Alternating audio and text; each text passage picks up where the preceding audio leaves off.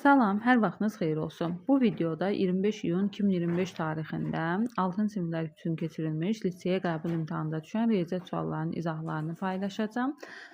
Deməli, 21-ci sualda deyir ki, bölünən 12,2-dən 12 dəfə böyük olan ədəddir. Bax, bu bizim bölünənimiz. 12,2 vur 12. 12 dəfə böyük nə deməkdir? 12-yə vurmaq deməkdir. Bu bizim bölünənimiz.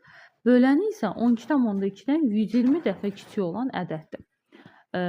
Bölən. Deməli, bölürük 12,2-dən 120 dəfə kiçik olan ədəd. Bölünsün 120. Bu da bizim bölənimizdir. İndi gəlin, baxaq. 12,2 vurulsun 12. Bunları bir-birinə vurmaram ki, yəni hesablama aparmıram ki, ixtisarlar olacaq da, belə daha rahat olacaq. Burada bölməni vurma ilə əvəz edib 120-nin gəlin yerini dəyişək. 12,2 vurulsun 120-də 1 də. Biri də belə opşi yazsaq, bax belə olacaq. İndi yenə bölməni vurma ilə əvəz edib, bunun yerini dəyişirəm sürətlə məxrəcini. 12,2-də 120. 12,2-lər ixtisar getdi, bax göründüyü kimi. Və 12-ni 120-yə vururuq. Deməli, 1440-a bərabər olacaq. Doğru cavabımız D variantı. Növbəti 22-də x, y, z natural ədədlərdir. X plus y, y plus z ifadəsi tək, yəni bu hasildən söhbət gedir. X plus y plus z isə cüt ədəddir. Buna görə aşağıdakı ifadələrdən hansı və yaxud da hansılar cütdür? Gəlin baxaq. Bunun natural ədəddir. Bilmirik də x, y, z necədir, hansı təkdir, hansı cütdür bilmirik. Deməli, x plus y plus z-in cüt olduğunu bilirəm. X plus y plus z-in cüt olduğunu bilirəm. Bu hasilin isə tək olduğunu bilirəm. Gəlin bu hasilə baxaq. Bu hasil nə vaxt tək olur? Yəni, biz bilirik ki, təki təkə vuranda tək ədəd eləyir. Cütü vuranda cüt ədəd eləyir. Əgər bu hasilimiz təkdirsə, deməli bu x plus y cəmi də tək ədəddir. Y plus z cəmi də tək ədəddir. Əgər x plus y cəmi tək ədəddirsə, deməli bu tək ədəddir. Bura tək ədəddir. Bəs tək ədədin üstünə nə gələndə cüt eləyir? Tək gələndə mi cüt eləyir? Cüt gələndə mi cüt eləyir? Biz buna baxmalıyıq. Tək ədədin üstünə, deməli, tək ədəd gəlsəm, eləyəcək cüt. Tək ədədin üstünə cüt ədəd gəlsəm, eləyəcək tək. Deməli, tək ədədin üstünə tək ədəd gəlməliyəm ki, cavabım cüt eləsin. Deməli, buradan biz müəyyən elədik ki, z tək ədəddir. Bax, yazaq bura, z tək ədəddir. Onda gəlirik, bax, bu hissəyə. Burada biz buna tək yazmışdıq da, bu cəm tək idi, bu tək idi, bu da tək idi də, elə. Aha, indi z-in tək olduğunu müəyyən elədik. Bax, deməli, indi bura təkdir, z təkdir. Təkin üstünə nə gələndə tək eləyir? Cüt yoxsa tək? Bunu müəyyən eləməliyik. Təkin üstünə, deməli, cüt gələndə tək eləyir də.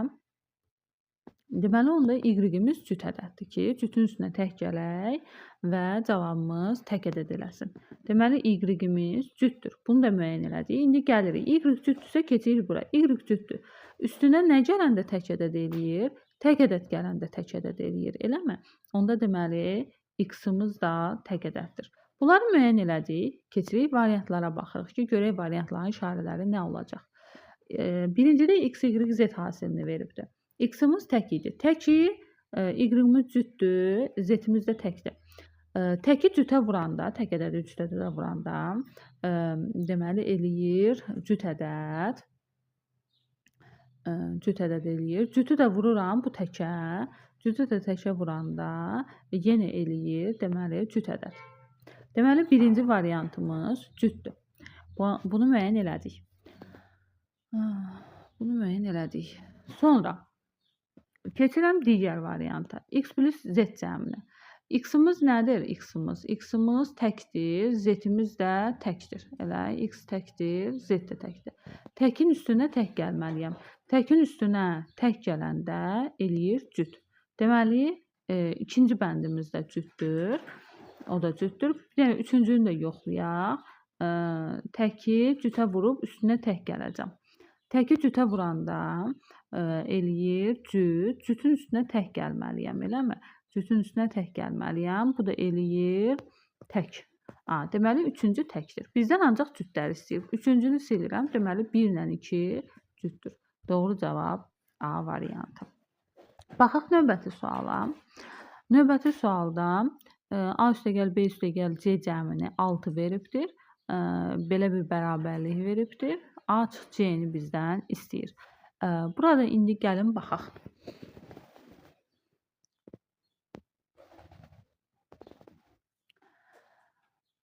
Deməli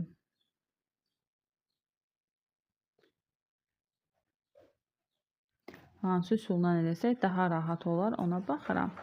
Gəlin bu iki bərabərlikdən tənasüb quraq. Bu iki bərabərlikdən tənasüb quraq. Nə eləyəcək? 4A üstəgəl 4B bərabərdir 3A üstəgəl 3C. Bir tərəfə keçirsək, A-ları keçirdirəm. 4A-dan 3A çıxanda A üstəgəl 4B bərabərdir 3C-yə.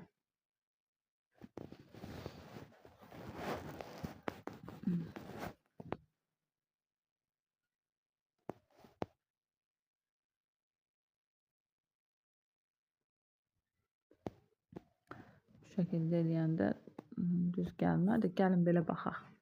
Buradan A üstəgəl B-ni tapaq. A üstəgəl B niyə bərabərdir? 6 çıx C-yə. Bu əvəzdə məni gətirib burada A üstəgəl B-ni yerinə qoysam, olacaq 6 çıx C bölünsün 3-ə. Sonra A üstəgəl C niyə bərabərdir buradan, bu ifadədən? A üstəgəl C bərabərdir 6 çıx B-yə. Burada da bunun yerinə 6 çıx B qoyuram.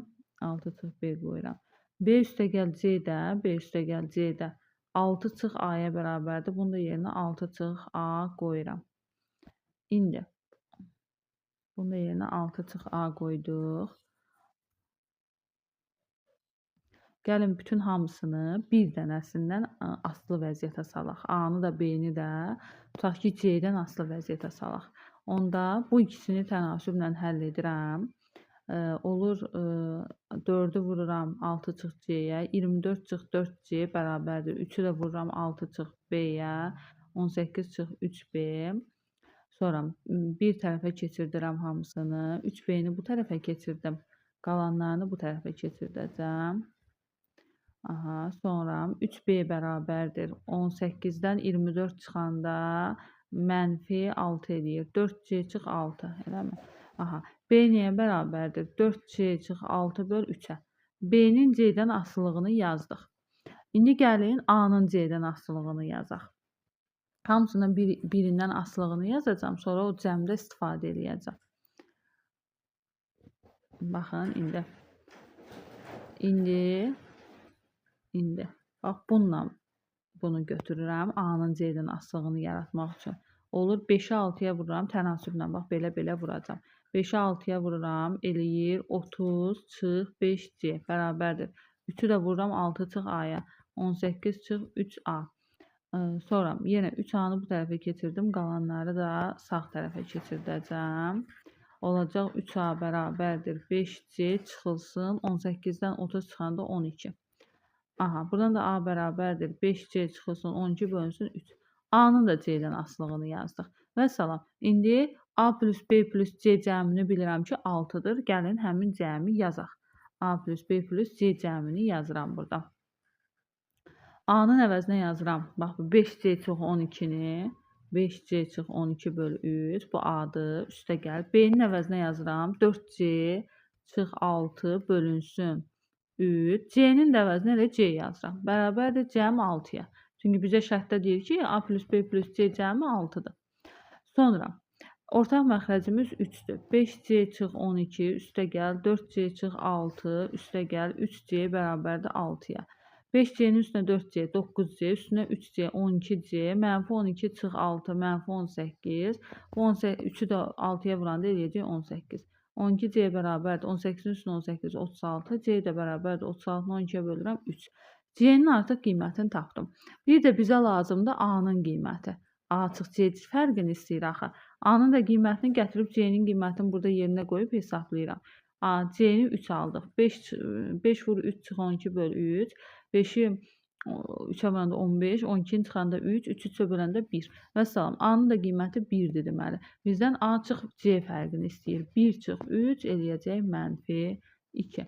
Doğru cavabımız -2 B variantı. B-dədir də -2. Aha. Baxaq növbəti suala.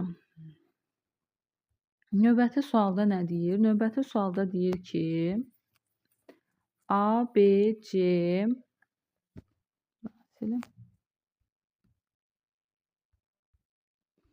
nə deyir? A, B, C və D tam ədədlərdir. Tam ədədlərdir. A ən kiçiklərdir, yəni verib də artan sıra ilə düzübdür. AC hasili müsbətdir, BD hasili mənfi olduğuna görə bu hasil ən çox neçə ola bilər soruşur.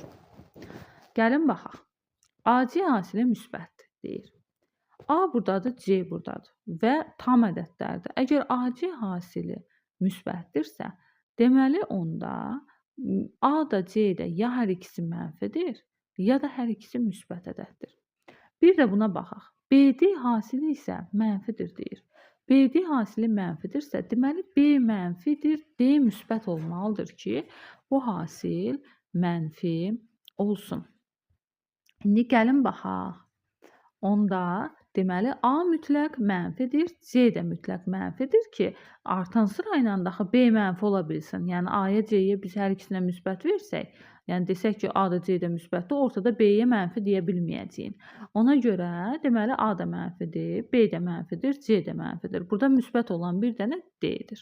Onda ABCD hasili ən çox neçə olar soruşur. ABCD hasili ən çox neçə olar soruşur.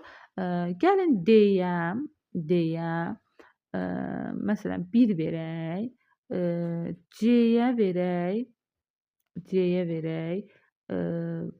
-1, belə bu sıra ilə düzək. Buna verək -2, A-ya da verək -3.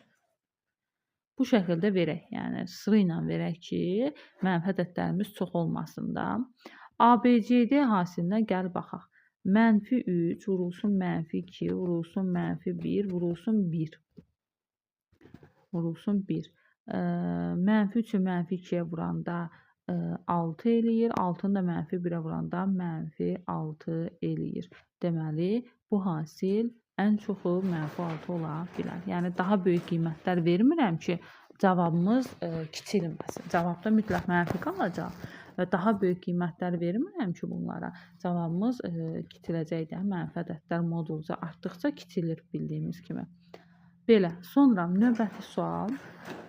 İki şəhərdən eyni anda qarşı-qarşıya 2 qatar yola düşdü. Bu iki şəhər arasındakı məsafəni birinci qatar 6 saata, ikinci qatar isə 8 saata gedir.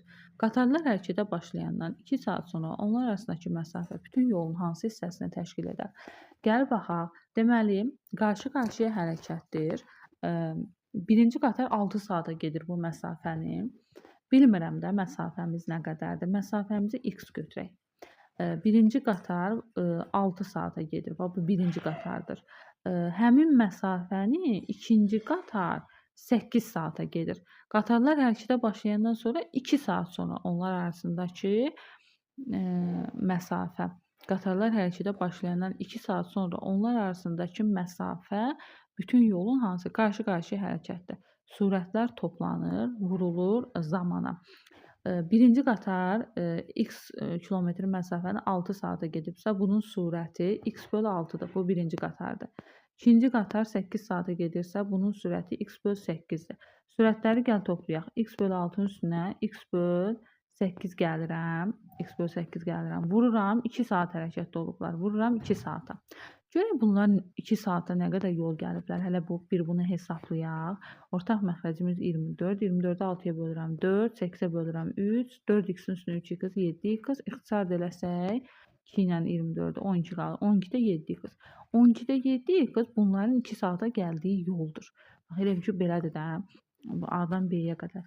Bir qatar buradan gəlir, bir qatar buradan gəlir və 12-də 7x bunların bax bu cəmi gəldikləri yoldur. Biri elə bil ki bu qədər gəlib, ta ki biri də bu qədər gəlib. 12-də 7x bax burayla buranın cəmidir. Ümumi məsafəmiz də x-dir. Bizdən nə istəyir? 2 saat sonra onlar arasında qalan məsafəni. Yəni buranı istəyir. Buranı tapmaq üçün mən ümumi məsafədən x-dan çıxmalıyam bunların getdikləri məsafəni. Və qalacaq 12-də 5x. Yəni ümumi yolun hansı hissəsi olacaq? 12-də 5 hissəsi olacaq. Doğru cavab A variantı. Növbəti sual nə istəyir? E böl D-ni istəyir, eləmi? A-nın B-yə nisbəti 3-ün 2-yə nisbəti bərabərdir C böl D-yə. B-nin A-ya nisbətinin E böl D-ni istəyir bizdən, eləmi? Gəlin buradan A-nın B-yə nisbətini tapaq. A-nın B-yə nisbəti bərabərdir. C-nin D-yə nisbəti vurulsun 3-də 2-yə. Elə vurulsun 3-də 2-yədir də.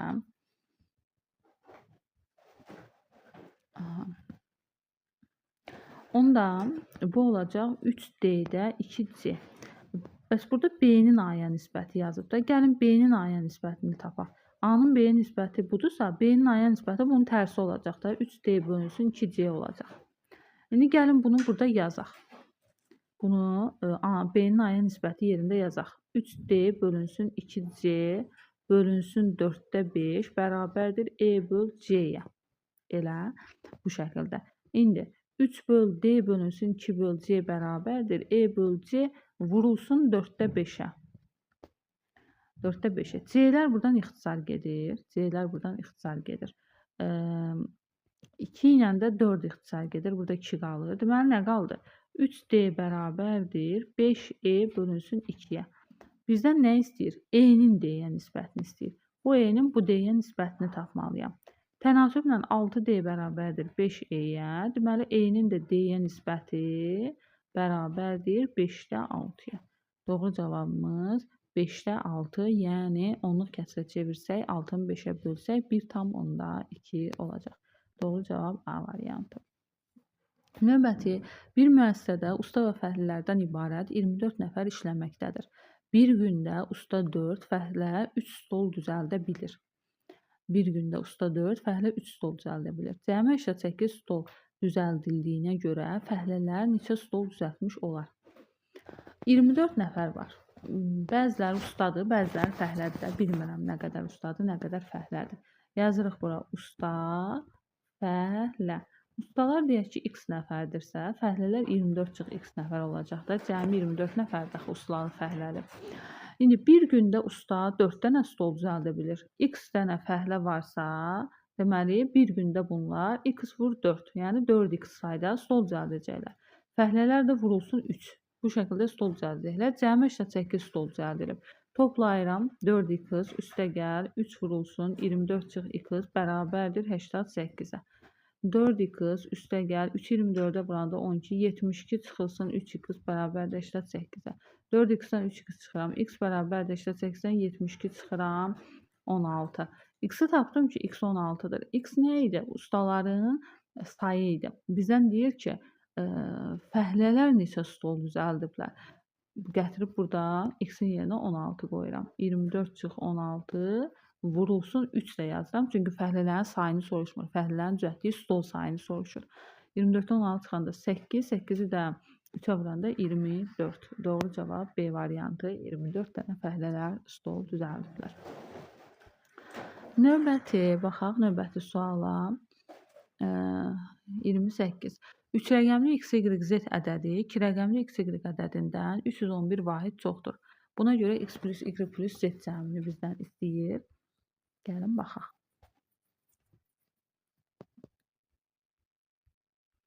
3 rəqəmli x, y, z ədədi x, y, z. Bax, üstünə belə qoymaq nə deməkdir? Bu bir ədəddir deməkdir. X, y ədədindən 311 vahid çoxdur. Üstünə gəlirəm 311.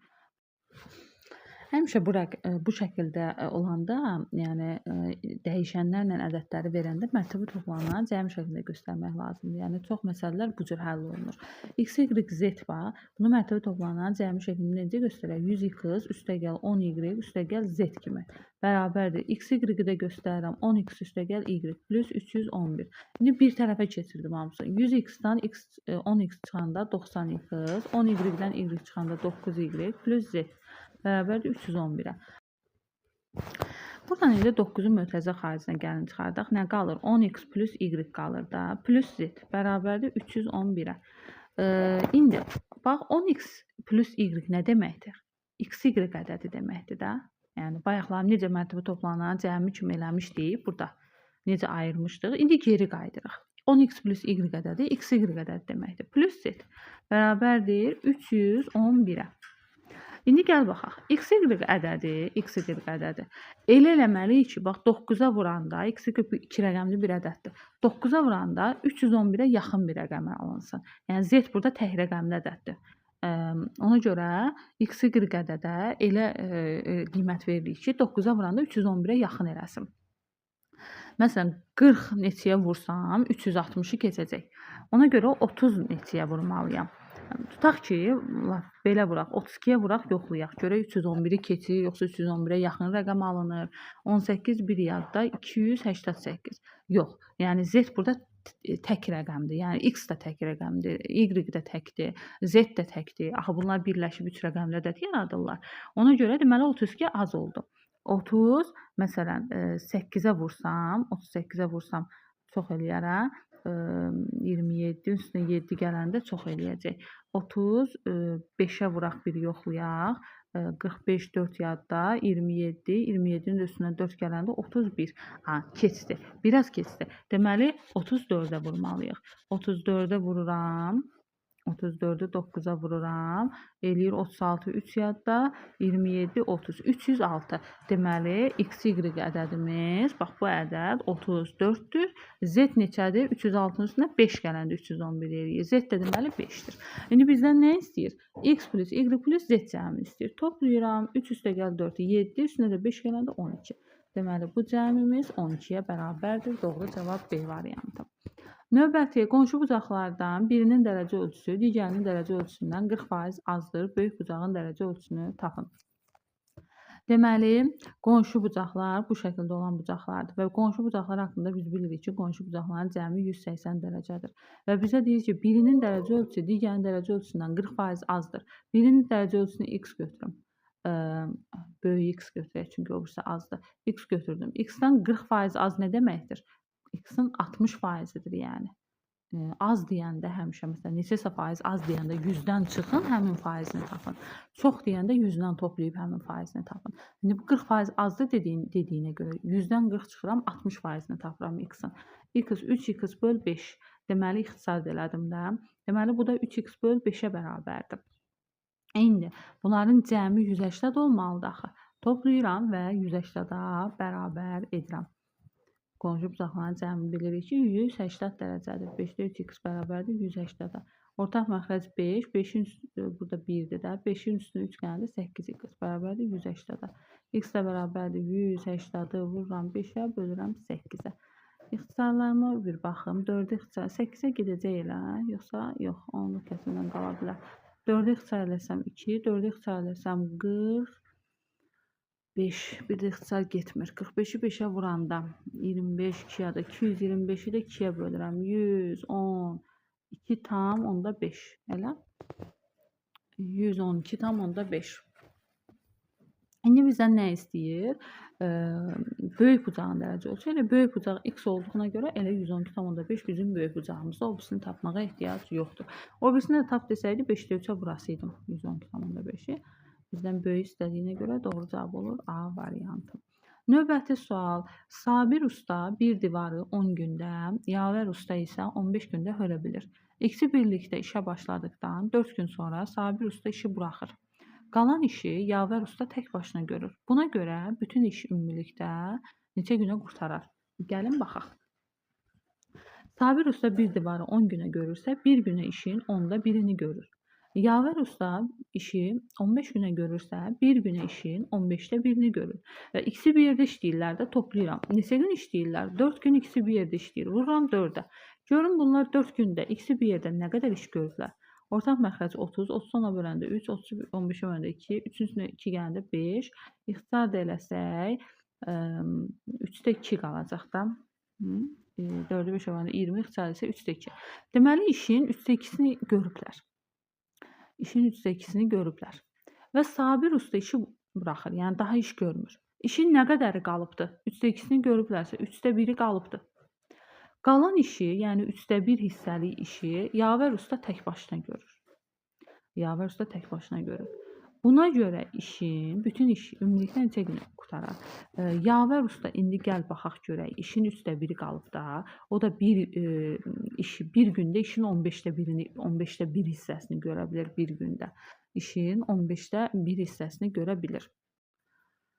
Deməli onda 3də 1 hissəni bölürük 15də 1-ə. Görək neçə günə qurtarar təhlikdə bu işi. 3də 1-i vururam 15-ə, ixtisar eləyəndə 5. Deməli, Sabir usta işi buraxandan sonra qalan işi Yaver usta 5 günə görür.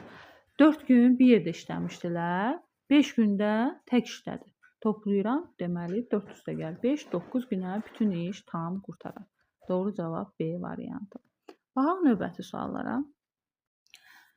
31-ci suala baxsaq, 31-ci sualda tənliyi həll edin deyir. Mötərizələri gəlin vurub açaq. 5-i vururam x çıx 4-ə, olur 5x çıx. 5 4-ə vuranda 20. 2-ni vururam 2x çıx 1-ə, çıx 4x plus 2. Bərabərdir. Buranı da vurub açıram. 4x plus 8. Bir tərəfə keçirdirəm hamısını. 5x-dan 4x çıxanda x eləyir. X-dan da 4x çıxanda mənfi 3x. Niyə bunu çıxdım? Çünki bu tərəfə keçəndə çıxma olur. Sonra mənfi 20 üstünə 2 gəlirəm. Mənfi 18. Mənfi 18-i bu tərəfə keçirəndə 8 üstə gəl 18 olur. Bu da eləyir 26. 26 x də bərabərdir. Mənfi 3-də 26 bizim doğru cavabımız A variantı. Növbəti sual. Növbəti suala baxaq. Hı -hı. 32-ci sualda hesablayın deyir. Mənfi 1 tam 4-də 3 üstə gəlinsin. Məxrəci hesablayıram. 1-in üstünə 5-də 3 gəlirəm. Eləyir 5-də 8. Burada da 2 var. Sonra mənfi 1 tam 4-də 3 üstə gəlinsin. Bu 2 ilə bu 8 ixtisar gedir. Burada 4 qalır. 5-i də qaldırıram surətə. Olur 1-i yəni 5-də 4-ə böləndə 4-də 5 eləyir də. 4-də 5. Bu eləyir mənfi 4-də 7 deməkdir də bu.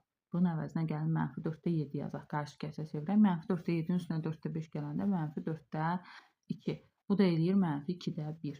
Doğru cavab mənfi 5 A variantı. Növbəti sual 33-də. K-nı verib, eli verib, əbobunu istəyir. Görürsünüz, rahatlıqla elə sadə qruplara ayırıb veriblər. Bunda əbobda nədir?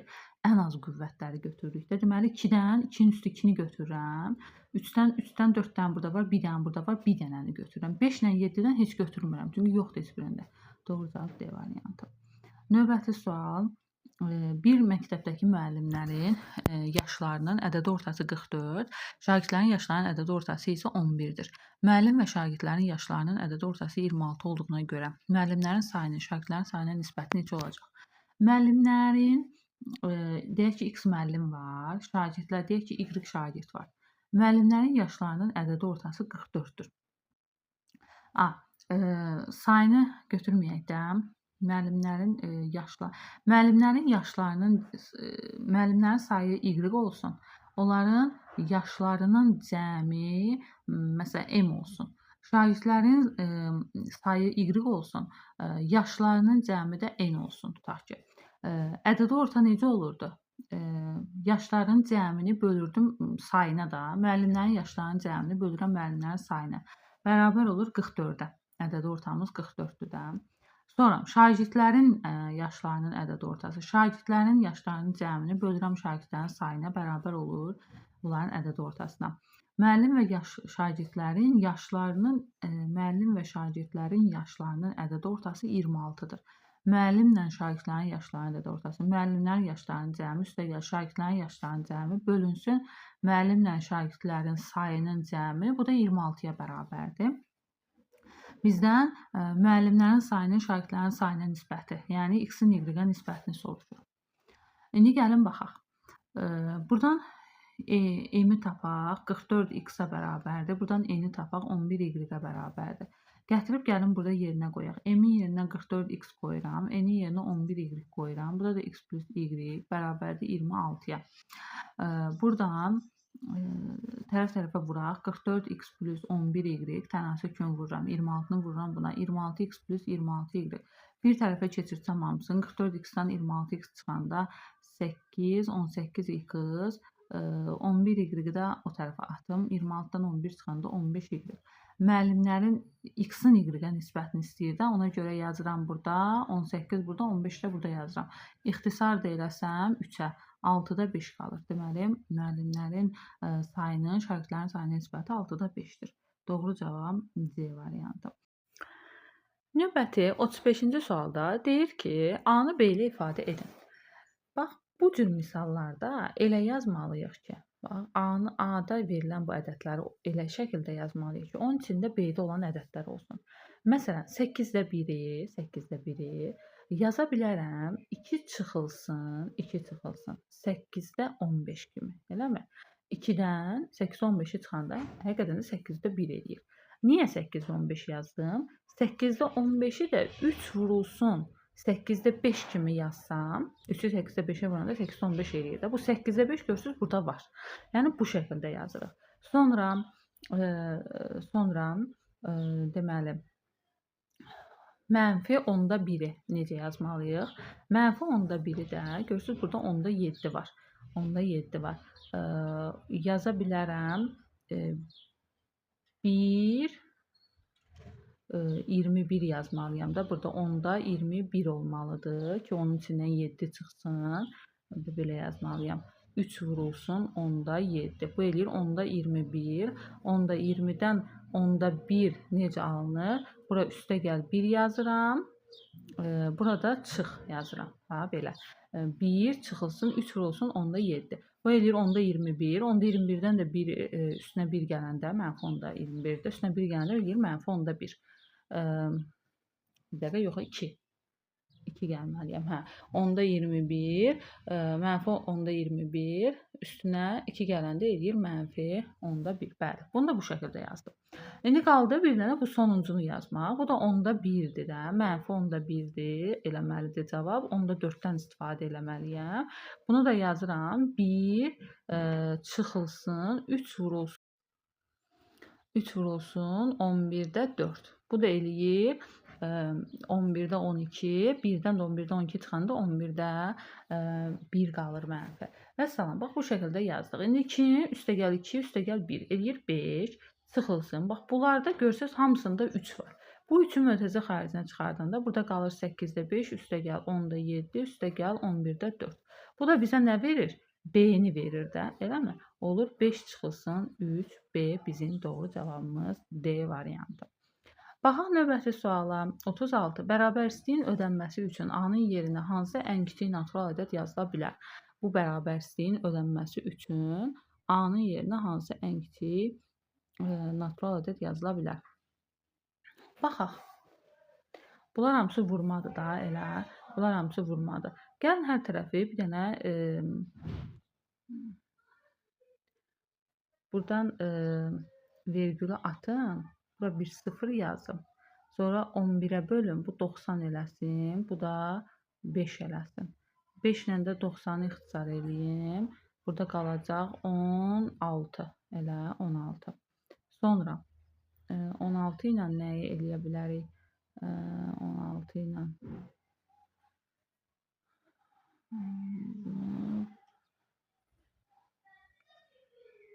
16 virgülü açsaq, Elə alt-alta yazaq da, belə yazanda biraz qarışıqlıq olur. Belə yazaq da. Buradan A böyükdür. Birinci A-nı yazdığıma görə böyükdür işarəsi yazıram. Amma dəyişən heç bir şey yoxdur.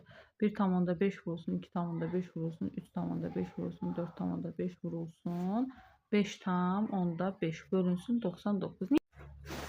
Niyə bunu bu şəkildə yazdım? Yəni bunları bir-birinə vurub da bölmək olar 99-a. Yəni işi uzundur da. Bu şəkildə yazıram ki, rahat ixtisarlar eləyim və tez cavabı alım.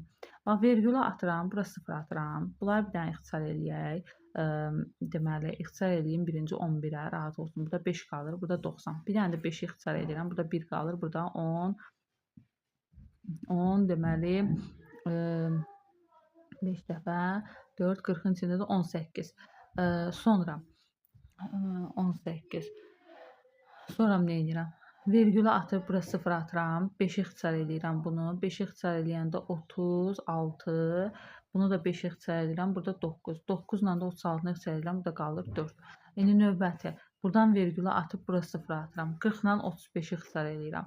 5-i ixtisar eləyirəm. Burada 8 qalır. Burada 7. 7-ni ixtisar eləyəmirəm, qalır. İndi bunun vergülü ilə bura 0 atıram. 5-i ixtisar eləyirəm. Qalır 10.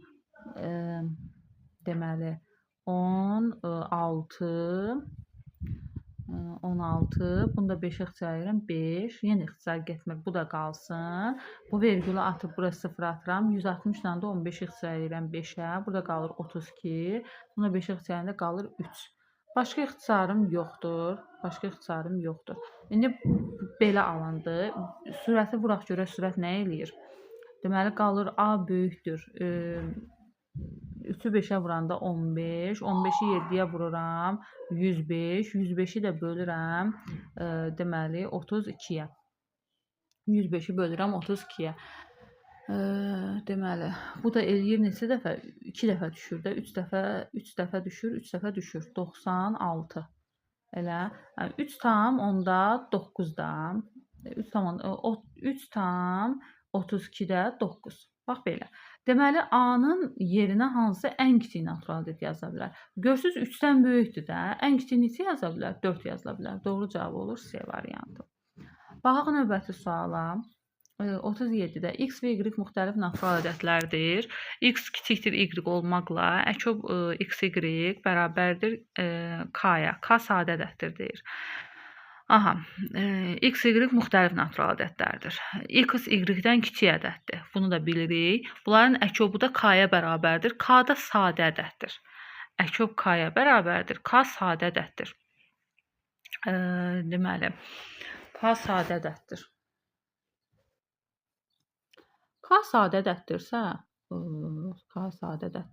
bunların əkobu da k-ya bərabərdirsə, yəni əkob bilirik ki, elə də olmalıdır ki, həm x-ə, həm y-ə bölünsün də. Əgər burada da k-nı sadə ədəd veribsə, deməli bunun biri mütləq 1-dir, x mütləq 1-dir. Y də hər hansısa bir ədəddir.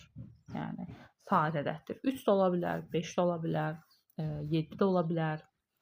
X-i bilirəm ki, x 1-dir də. X 1-dir. Y-ə də lap 3 deyək özümüzdə. Yəni fərqi yoxdur onun nə olduğu. 3 dənə, 5 dənə, 7 dənə, 11 dənə, hər hansısa bir sadə ədəd dənə. X, y qarşılıqlı sadə ədədlərdir. Bəli. 1 bütün ədədlərlə qarşılıqlı sadədir. 1 doğrudur. Doğruları soruşur da, hər zaman doğruları soruşur. Bəli, 1 hər zaman doğrudur. İkinci, əbubu 1-ə bərabərdir. Bəli, 1 orada var və qarşılıqlı sadə ədədlərin əbubu onsuz 1-ə bərabərdir. Bu da hər zaman doğrudur. X fərqi cüt ədəddir. Bəli. Niyə? Çünki mən burada sadə ədədlər yazacağım da. Sadə ədədlər 3-dür, 5-dir, 7-dir, sonra 11-dir, 13-dür. Görürsünüz, tək ədədlərdir də, elə tək ədədlərdir. Yəni cüt ədəd olması üçün, cüt ədəd olsaydı fərqi tək olar. Amma hər zaman dediyinə görə bunu götürməyə bilərik. Bax, burada hər zaman sözünü işlədir. 1-dən k-nın qiyməti 2 oldu. 2 də sadə ədəddir axı. 2-dən də 1-i çıxanda tək eləyir. Yeganə cüt ədəddir ki, sadə ədəddir də 2. Və 2-dən 1-i çıxanda bu tək eləyir. Ona görə bunu götürmürük. Çünki hər zamana daxil deyil də. Olmaya da bilər. 1-dən y2 oldu. Onda cüt olmayacaq, axı tək olacaq fərqimiz. Ona görə bunu götürmürəm. 4-cü, y ədədi x-a tam bölünür. Bəli, x 1 olduğuna görə y neçə oldu olsun, həmişə x-a tam bölünəcək. Bu da doğrudur. Deməli, hər zaman doğru olan variantlar 1, 2 və 4 olacaq. Doğru cavab D variantı. Növbəti sual 38-də A çıxı 1 və B plus 2 qarşılıqlı sadə ədədlərdir. Aha, qarşılıqlı sadə ədədlərdirsə, bax burada verib də. Deməli A çıxı 1 məsələn 12 ola bilərdi, B plus 2 28 ola bilərdi. Amma bizə deyir ki, bunlar qarşılıqlı sadə ədədlərdir. Axı 12 ilə 28 qarşılıqlı sadə ədəd deyil. Ona nə edirəm? Bunu ixtisar edirəm. Nə vaxta kimi? Ta ki burada qarşılıqlı sadə ədədlər alınana kimi. 2-yə ixtisar edirəm. Nə qalır? 14 burada qalır, 6 burada qalır. Görürsüz yenə qarşılıqlı sadə deyil. 1 də ixtisar edirəm. 7 burada qalır, 3 burada qalır. 7 ilə 3 görürsüz bir-birinə qarşılıqlı sadə ədəddir. Deməli onda A çıx 1-in qiyməti 3-dür, B plus 2-nin qiyməti 7-dir. Yazıram A çıx 1 3-dür, onda A neçə olur? 4. B plus 2 7-dir, onda B neçə olur? 5. Və salam, A-nı da B-ni də tapdıq. Bizdən nə istəyir? A vur B hasilini. Yəni silin baxın. Deyirsən A vur B-ni. Bəli, A vur B-ni istəyir. A vur B də 4 vur 5 olacaq 20. Doğru cavab A variantı. Növbəti sual. Bir sinifdə 3x sayda oğlan şagird, 2x plus 3 sayda qız şagird var. Bu sinifdən təsadüfən seçilən bir şagirdin qız şagird olması ehtimalı 2-də 1 olarsa, sinifdə cəmi neçə şagird vardır? Bir sinifdə 3x sayda oğlan şagird var. Bax, oğlanların sayı 3x. Qızların sayı 2x plus 3. Elə. Sonra bir sinifdən təsadüfən seçilən bir şagirdin qız olması ehtimalı bu sinifdən. Eləmi? Gəlin görək cəmi neçə uşaq var? Bilirik ki, mümkün alınan sayı məxrəcə yazılır. Cəmi neçə uşaq var? Qızlarla oğlanları topladıq sayını. Bu cəmi uşaqlardır. Qız olması ehtimalı. Bir uşaq seçilib qızdır. Qızlar 2x plus 3-dür. Deməli, əlverişli alınan sayı 2x plus 3-dür. Sürətlə yazırıq. Bərabər edirik 2-də 1-ə. Və buradan x-i tapırıq. Məxrəc eləyir 5x plus 3. Tənasüblə belə vuracam. Bərabərdir. 2-ni vururam 2x plus 3-ə. 4x plus 6 eləyir. X-ları bir tərəfə keçirdirəm. 5x-dən 4x çıxıram. X, 6-dan 3 çıxıram 3. X deməli 3-dür. Bizə nə deyir? Sinifdə cəmi neçə şagird var? Sinifdə məxrəc idi da. Bu 5x plus 3 şagird var idi sinifdə. X-in də qiyməti 3-dür. 5 vur 3 plus 3 eləyəcək 15, 18. Doğru cavabımız olur 18C variantı. 40-da tərəfləri 9 cm və 4 cm olan mavi rəngli düzbucaqlılar şəkildəki kimi düzlərək böyük düzbucağı əmələ gətirmişdir. Arada qalan boz rəngli hissəsinin sahəsi neçə kvadrat santimetrdir? Gəlin baxaq. Düzbucaqlı şəkildə neçə dənə burada var? 1, 2, 3, 4, 5, 6, 7, 8, 9, 10 dənə burada düzbucaqlı var. Hər birinin sahəsi nə qədərdir? Tərəfləri 4, 9-dur da, sahəsi 36-dır. Eləmi? 10 dənədir. Vururam 36-ya. Deməli, 360 bu qıraqdakı göy rənglilərin sahəsidir. İndi, gəlin bu böyük düzbucağının sahəsini tapaq. O necədir böyük düzbucağının sahəsi? Deməli, bura 9-dur da. Elə 9, 9. Bu da 4-dür. Görürsünüz, eyni düşübdür bura. 9, 9, 4. Nə qədər eləyir? 22. Deməli, bura 22-dir. Buranı hesablayaq. 3 dənə 9 var. Bir dənə də 4 var. 27, bir dənə də 4, 31. 27, üstə gəl 4, 31. Aha, indi sahəsini hesablayaq. 31-i vururam 22-yə. 31-i 11-ə vursam 341, onu da 2-yə vursam 682. 682 də bunun sahəsidir. İndi ortadakı qalan boz rəngli hissəni tapmaq üçün ümumi sahədən çıxıram bu kənarda olan göy düzbucaqlıların sahəsini. Və qalır 322. Doğru cavab C variantı. Belə, baxaq növbəti 41-ə. Aşağıda 1-dən 20-yə qədər ədədlərin yazıldığı 20 kart verilmişdir. Kartların ardıcıl nömrələnmiş 4-ü götürülür. Kartlardan ardıcıl nömrələnmiş 4-ü götürülür. Yerdə qalan kartlar arasında üzərində sadə ədəd yazılı olan kart sayının bütün kart sayına nisbəti 16-da 5-dir. Buna görə götürülən kartlarda yazılı olan ən böyük ədəd neçədir? Bilmirəm hansı götürülür. Ardıcıl nömrələnmiş 4 dənə götürülür, amma bilmirəm ki, hansı götürüləcək. Ardıcıl nömrələnmiş 4 dənə. Bax, deyək ki, 7, 8, 9, 10 götürdüm, misal üçün. Və yaxud da bunu yox, bax burada təkdən başlamışam. Ta ki cütdən başladım. 14, 15, 16, 17 götürdüm. Nə də götürsəm, hansı ardıcıllığı da götürsəm, burada mən 2 dənə cüt, 2 dənə tək götürmüş olacam. Deməli 2 dənə cüt, 2 dənə tək ədədi götürürəm də. Yəni harda olur olsun. 2 dənə cüt, 2 dənə təki götürdüm. Elə deyək ki, bunu götürmüşəm. 7, 8, 9, 10-u götürmüşəm. 2 cüt, 2 tək yoxdur artıq. Nə deyir? Yerdə qalan kartlar arasında üzərində sadə ədəd yazılı olan kart sayının bütün kart sayına nisbəti. Üzərində sadə ədəd yazılan kart sayının. Aha. Gəl baxaq. Neçə dənə sadə ədəd yazılı kart var? 1, yox, bir nə sadədir, nə mürəkkəbdir. 2-dən başlayıram. 2, 1, 2 dənə, sonra 3 dənə, bunları götürmüşəm. 4 dənə, 5 dənə, sonra 13, 17, 6 dənə, 7 dənə. Deməli 7 dənə sadə ədədim qaldı. 7 dənə sadə ədədim qaldı.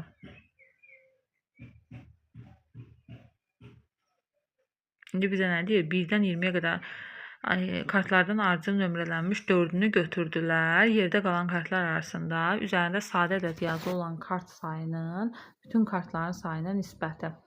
Sadə ədəd neçədir? 2, 1, 2, 3, 4, 5, 6, 7 dənədir. Elə 4, 7 dənə.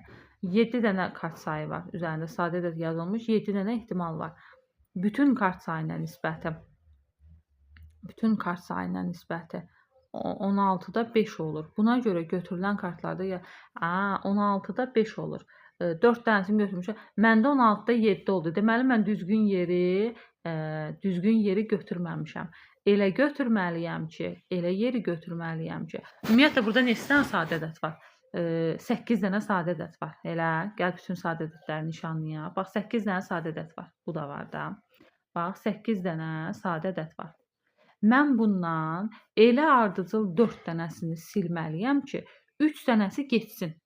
Elə ardıcıl 4 yeri silməliyəm ki, 3 dənə sadə ədəd getsin ki, 5 dənə sadə ədəd qalsın. Yəni əlverişli alınan sayı 5 olsun. Orada harda düşür o 3 dənə? Baxın, burada düşür. Bunları silsəm əgər 3 dənə sadə ədədi silmiş oluram və yerdə 5 dənə sadə ədəd qalır. Deməli ona götürülən ən böyük ədəd olacaq 5 götürülən kartlarda. Ən böyük ədədimiz olacaq 5 A variantı. Növbəti, bir şəhərdə uzunluğu 2 kilometr ilə 3 kilometr arasında olan bir yolun başında və sonunda da olmaqla bir tərəfində 45 metr, digər tərəfində isə 36 metr məsafələrdə elektrik dirəkləri bastırılır. Ona görə qarşı-qarşıya düşən dirəklərin sayı ən çoxu neçə ola bilər? Dirəklərin qalınlığı nəzərə alınmır. Belə, deməli yolun uzunluğu nə qədərdir? 2 kilometr ilə 3 kilometr arasında olan bir yoldur. Yolun başında və sonunda da olmaqla, deməli başında və sonunda eyni yerdə bastırıblar.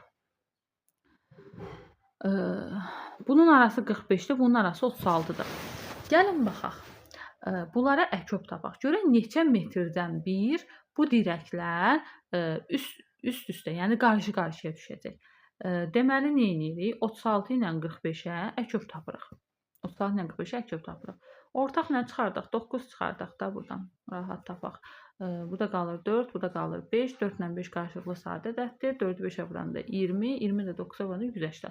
Deməli 180 metrdən bir bu dirəklər qarşı-qarşıya düşəcəklər. 180 metrdən bir bu dirəklər qarşı-qarşıya düşəcəklər. 2 kilometr ilə 3 kilometr arasındadır. 180 metrdir. 180 metr. Görək 2 kilometr ilə 3 kilometr arasında neçəyə vursaq 2 kilometr ilə 3 metr? 2 kilometr 2000 metrdir. Bu da 3000 metrdir də. Yəni 180 metri neçəyə vursam gəlib 2000-dən 3000 arasına düşər. Ona baxıram. 8-ə vursam 1600 olacaq. 9-a vursam 10-a vursam elə 1800 gəlib çatmır da. 11-ə vursam 12-yə vursam 18-ə bir dənə 12-yə vuraq. Görək bu aralığa düşür. 16, 3, 8, 1, 8, 11, 218. Bu aralığa düşdü. Nə istəyir? Ən çoxu deyir. Ən çoxu dediyinə görə artırıram. Bu aralığa düşdü. Amma artırıram. Ən çox istəyir axı dirəklərin sayını. 18-i 15-ə vuraq. 44 yadda. 9, 8, 1, 0, 7, 2, 27. Yenə artırsam yenə olar. 16-ya 16 da yaza bilərəm. 16-ya da vura bilərəm. 16-ya 36, hə, 17-yə vursam çox olar. 16-ya vuracam. 48, 4 yadda. 10, 8, 1, 8, 8, 2. Sıfırların da sayını qoysam, aha, belə. Bunun üstünə bir dənə də 180 gəlsəm keçir. 3000-i bir dənə baxaq. 16, 1 yadda, 9, 10. Bəli, keçdi. Deməli, 16 dənə, 16 dənə, 16 dənə. Burada qarşı-qarşıya düşən dirəklər var. Nə istəyir? Buna görə qarşı-qarşıya düşən dirəklərin sayı ən çox neçə olur? 16 dənə 180 metrdən bir üst-üstə düşür, eləmi? Deməli, bu arada 16 dənə belə üst-üstə düşür. 16 burada, 16 dənə də burada. 32 dənə. Bir də başlarda var axı. Bax, bu başlarda da var da 4 dənə dirək. 32-nin üstünə bir də başlardakı o 4 dənəni gəlirəm. Deməli, 36 dənə ən çoxu bu dirəklər üst-üstə düşə bilərlər. Doğru cavabımız olur D variantı. Baxaq növbəti suala. X kiloqram qarğıdalı və 60 kiloqram buğda eyni ölçülü torbalara bir-birinə qarışdırılmadan və artıq qalmayacaq şəkildə doldurulur. Torbaların tutumu natural ədədlərlə ifadə olunur. Bu iş üçün ən az 11 torbaya ehtiyac olduğuna görə X aşağıdakılardan hansı ola bilməz? X kiloqram qarğıdalı, 60 kiloqram da buğda eyni ölçülü torbalara bir-birinə qarışdırılmadan yığılır və artıq torba qalmır. Bu iş üçün ən az 11 torbaya ehtiyac var. Bilmirəm hərəsindən neçə dənədir. Ən az 11 dənə torbaya ehtiyac var. X aşağıdakılardan hansı ola bilməz? Ən az 11 torbaya ehtiyac var və artıq qalmayacaq şəkildə doldurulur. Artıq qalmayacaq. Ən az 11 torbaya ehtiyac. X aşağıdakılardan hansı ola bilməz? 60 kiloqram buğdamız var. Ən az 11 torba lazımdır. Ən az 11 torba var. Bunun bilmirəm də nə qədəri buğdadır. Deməli, bilmirəm də qarğıdaldan neçə torba. Qarğıdaldan deyə Y qarğıdalının torbasının sayıdır. Qarğıdalının torbasının sayıdır. Z də buğdanın torbasının sayıdır. Deyək ki, 60 kiloqram buğda var. 60 kiloqram buğda var. Torbanın sayı da Z-dir də. Y plus Z 11-ə bərabərdir. Ən az 11 torbadır da, elə ən az 11 torbadır. Ondan məsələn 60 kiloqramlıq buğdanı məsələn 60 kiloqramlıq buğdanı deyək ki, 6 kiloqram tutan torbalara yığdılar. 10 dənə torba lazımdır. Bu buğdaya gedir. Buğdaya gedir.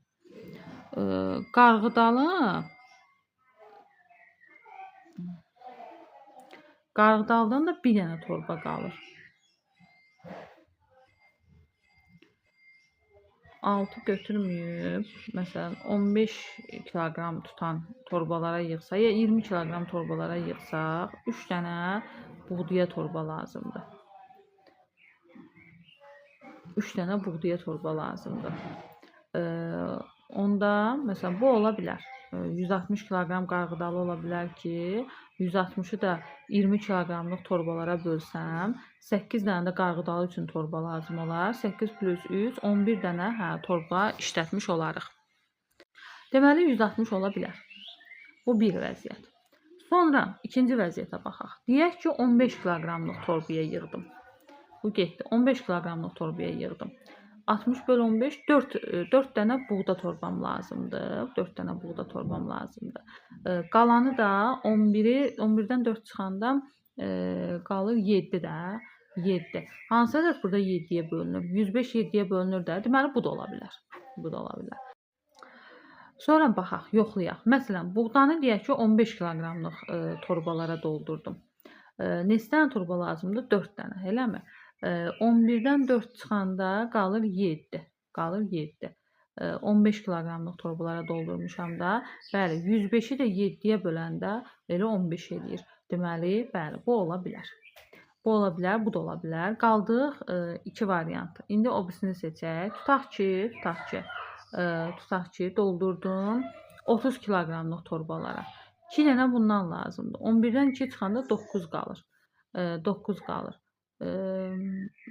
Yox, 30 kiloqramlıq torba olmaz. Görək başqa necə götürə bilərik? 15 götürdük. 15 4 çıxdı da. 11-dən də 4 çıxanda 7. 15-i götürdük. 10 kiloqramlıq torbalar olsun. 6 dənə bundan lazımdır. Onda 5 dənə də bundan lazımdır. 5 dənə də bundan lazımdır. 144-ü 5-ə böləndə 10 kiloqram. Yox, bu da olmur. Başqa neçə kiloqramlıq torba götürə bilərik? Başqa neçə kiloqramlıq torba? 6 kiloqramlıq torba götürsəm, yox, o da olmur. 60 hansı ədədlərə bölünür? 6, 2-yə, 3-ə, onlar heç azdır.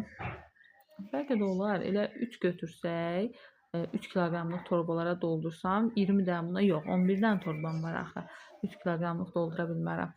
6 kiloqramlıq da olmur. 8-ə bölünmür. 10-a böldüm, alınmadı. 15-ə böldüm, 20-yə böldüm. 20-yə böldüm. 20 kiloqramlıq torbalara doldursam, 20-ni elədim də. 30-a elədim. 30-a elədim. Bir də 60 kiloqram elə. 60-ı götürsəm, bir dənə bundan lazımdır. 10 dənə bundan, o da olmur. Bir də tutaq ki, 12 kiloqramlıq torbalara doldururuq. 60-ı 12-yə böləndə 5 dənə buğda üçün torba lazımdır. 11-dən 5 çıxanda 6 dənə də qarğıdalı üçün. Bunu da 12-yə vuranda, deməli 72 kiloqram da qarğıdalının çəkisi ola bilər. Deməli 144 ola bilməz. Doğru cavab C variantı. Növbəti sual. Birinci çəndə 110 litr, ikinci çəndə isə 66 litr su var. Çənlər eyni vaxtda açıldı və birinci çəndən hər saatda 3 litr, ikinci çəndən isə 2,5 litr su boşaldıldı. Neçə saatdan sonra ikinci çəndən birinci çəndəkindən 2 dəfə az su qalacaq. Çənlər eyni vaxtda açılıblar və birinci çəndən hər saatda 3 litr su boşalıldı. Hər saatda 3 litr su boşalıbdır. Bilmirəm də neçə saat boşalıb. Deyək ki, x saat keçibdir, 3x su boşalıbdır. İkinci çəndən də 2,5 litr hər saatda su boşalıb. Deyək ki, x saatdan da bu açıq qalıbdır. Eyni qədər açıq qalıblar axı. 2,5 x da buradan su boşalıbdır. Neçə saatdan sonra ikinci çəndə birinci çəndəkindən 2 dəfə az su qalacaq. Neçə saatdan sonra ikinci çəndə, bu aşağını silim. Neçə saatdan sonra ikinci çəndə birincidəkindən 2 dəfə. Deməli, ikinci çəndə x saat sonra 66 çıxılsın 2,5 x su qalacaq. Birinci çəndə də x saat sonra 110 çıxı 3x qədər su qalacaq. İkinci çəndə birinci çəndəkindən 2 dəfə az su qalacaq. İkincidə az qalır birincidən. Deməli, bu bərabərdir. İkincini 2-yə vururam. Bərabər olur birincidə qalan suyun miqdarına. 66-nı vuranda 2-yə 132 çıxılsın 5x bərabərdir. 110 çıxılsın 3x-a. Bu keçir bu tərəfə. 2x bərabərdir. 110 da belə keçirilən 132-dən 110 çıxanda qalır 22. X bərabərdir 22-ni 2-yə bölürəm 11. Deməli, x 11-dir. 11 saat sonra. Doğru cavab A variantı. Baxaq növbəti suala. Düzbucaqlı formasında olan bir kart şəkildəki kimi hər iki ucundan ox istiqamətində qatlanılır. Ox istiqamətində qatlanılır. Buna görə sual işarəsi ilə göstərilən hissənin uzunluğu neçə santimetrdir? Arada qalan hissəni soruşur da. Bax, 4,1 cm buradırsa, bu gəlir bura, 4,1 biraz balaca götürüm. Bu gəlir bura düşür, 4,1 cm bağlayır. Bu da gəlib bura düşür, 8də 1 cm örtür. Bu ümumi 4 cm-dir də, eləmi? 4,1 bu, 4,1 bu, 8,1 bu, 8,1 bu. 4 cm-dən çıxacam bunların cəmini. 4-dən çıxıram. Deməli, 4də 1 vurulsun 2, üstə gəl 8də 1 vurulsun 2. Niyə 2-yə vururam? Çünki hərəsindən 2 dənədir də. 2 dəfə toplamaq demək 2-yə vurmaq deməkdir də. 4-dən çıxıram, 2də 1, bunları ixtisar edirəm. 2də 1, bunları da ixtisar edirəm. 4də 1. 4 çıxılsın. 2-də 1-in üstünə 4-də 1 gələndə 4-də 3. Bu da eləyir 4-də 16-dan 4-də 13. Deməli, arada qalan hissə 4-də 13-dür. Doğru cavab A variantı. Baxaq növbəti 46-ya. Hər mərtəbəsində 4 mənzili olan bina və mənzillərin nömrələri şəkildə göstərilmişdir. Hər mərtəbədə 4 mənzili olan bina var. 4 mənzili olan bina və mənzillərin nömrələri şəkildə göstərilibdir. Sonra və mənzillərin nömrələri şəkildə göstərilmişdir. Bu binanın son 5 mərtəbəsindəki bəzi mənzillərin nömrələri A, B, C, D ilə işarələnmişdir. A üstəgəl D 101 olduğuna görə B üstəgəl C cəmi nə qədərdir? Deməli, burada gəlin baxaq. A üstəgəl D cəminə 101 deyir, elə. Yəni, A-dakı nömrə ilə D-dəki nömrənin cəmi 101-dir. Bilmirəm də burada neçə mərtəbə var. Deyək ki, x sayda mərtəbə var. İndi x sayda mərtəbədən yuxarıdan aşağı 1, 2, 3, 4, 5-ci. 5-ci yerdə duran, x çıx 5-ci yerdə duran mərtəbədə A-nın yəni qiyməti neçədir? Bax, bunu tapmaq üçün hər mərtəbədə 4 dənə ev var axı. 4-ə vururam, 3-ü çıxıram. Niyə 3-ü çıxıram? Fikir verin. Birinci mərtəbədə birinci evin adı yazılır da. Yəni, bax, 1, 2, 3, 4 budur. Sonra gəlir bura 5, 6, 7, 8. Yəni, burada gələcək ədəd 4-ə vurub, elə bir ki, sıranı 4-ə vurub, bu 3 dənəni çıxıram da, o birinci yerdə duran ədədi tapmaq üçün. İndi bunu yazdıq. Sonra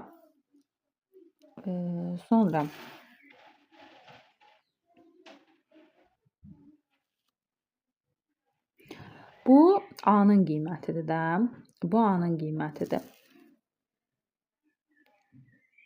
İndi gəlirik D-nin qiyməti. D-nin qiyməti nədir? D-nin qiyməti elə sonuncu yerdə durub da, ən sonuncu x-ci mərtəbədədir. Üstə gəl, x-ci mərtəbədədir.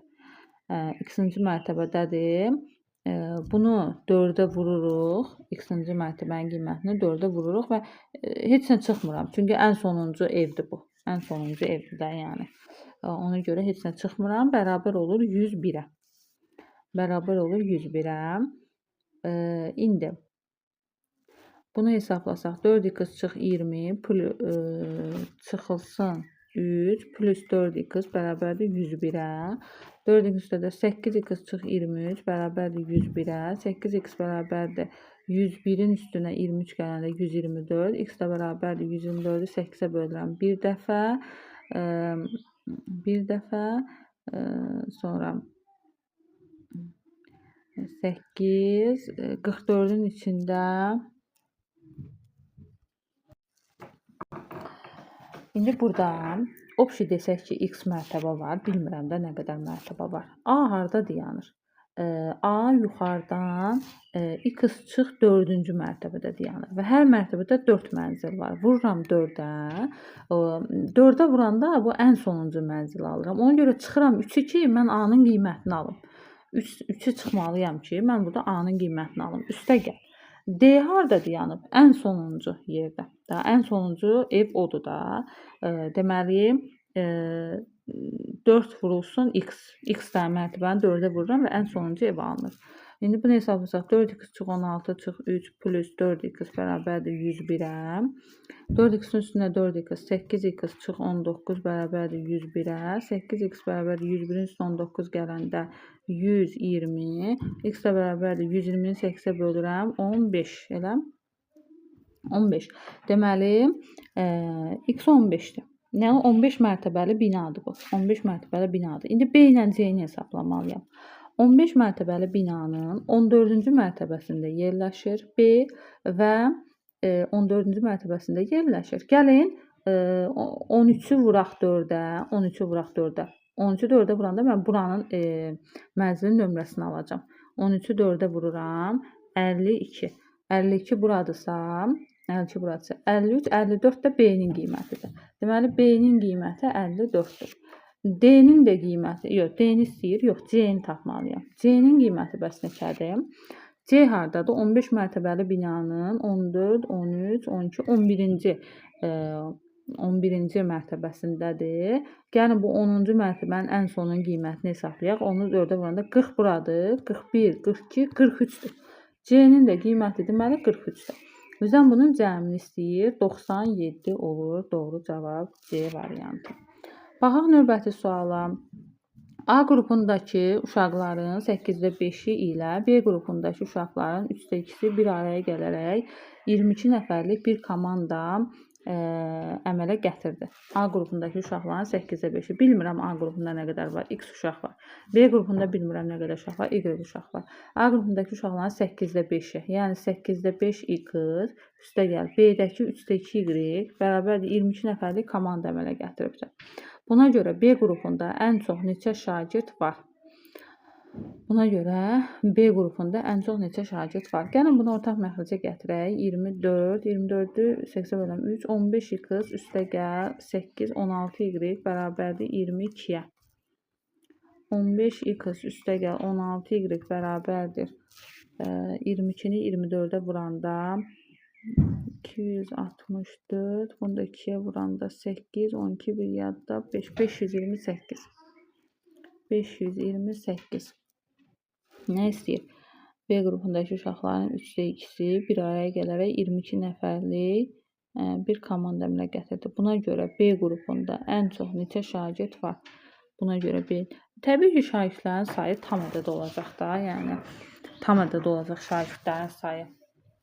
Buradan kəsir ola bilməz də. Kəsir ola bilməz. Elə də olacaq ki, 8 ilə 5-in 8 ilə 5-ə 8 ilə 3-ə daha doğrusu tam bölünsün. 8 ilə 3-ə tam bölünməlidir ki, məxrəc olmasın da. Amma bu eyni sayda deyil də, fərqli saydadır. Hə, fərqli saydadır. Buna görə B qrupunda ən çox neçə şagird var? Hə, B qrupunda ən çox şagird istəyirsə, A qrupuna bacardığım qədər ən az şagird verirəm. A qrupunda bacardığım qədər ən az şagird verirəm. Bir dənə də verə bilmərəm də. Bir dənə də verə bilmərəm. İndi məsələn deyək ki, A qrupunda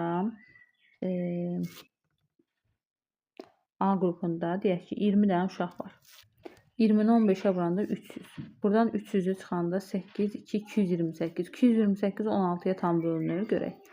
228 16-ya bir dəfə 16-nın 68. 68-i də 4 dəfə, 5 dəfə, 6 dəfə bölünmür də. Tam bölünmədi. Yəni elə olmalıdır ki, tam bölünsün. Deməli 20 dəfə yox, məsələn. 20 dəfə yox, tutaq ki, məsələn, 21 uşaq var, məsələn. Gəlin, mənə lazımdır B qrupunda daha çox uşaq olsun da, daha çox uşaq salmaq lazımdır B qrupuna. 10 dənə olsa, 150, 150 çıxanda 8, 7, 378-i 16-ya böləndə, 378 16-ya böləndə 2 dəfə 32, 58-i bölmək olur. 58-i. 58-in içində 16 neçə dəfədir? 58-in içində 16, 4 dəfə, 3 dəfə, 3 dəfə, yəni tam bölünmür yenə də. Yenə də tam bölünmür. Məsələn, 24 eləsək, 16-nı 24-ə vursaq, 16-nı 24-ə vursaq, olar. 16-nı 24-ə vursaq, 24, 2 yadda, 6, 12, 1 yadda, 3, 4, 8, 384. 528-dən 384 çıxanda 4, 4, 1, 144. 144 15-ə bölünmür. 24 olmaz. 24 olmaz. Deməli, daha az uşaq olmalıdır. Daha az uşaq olmalıdır. 16-nı 21 nəfər götürsəm. 6, 1, 12 bir yadda, 3, 6, 3, 3, 336.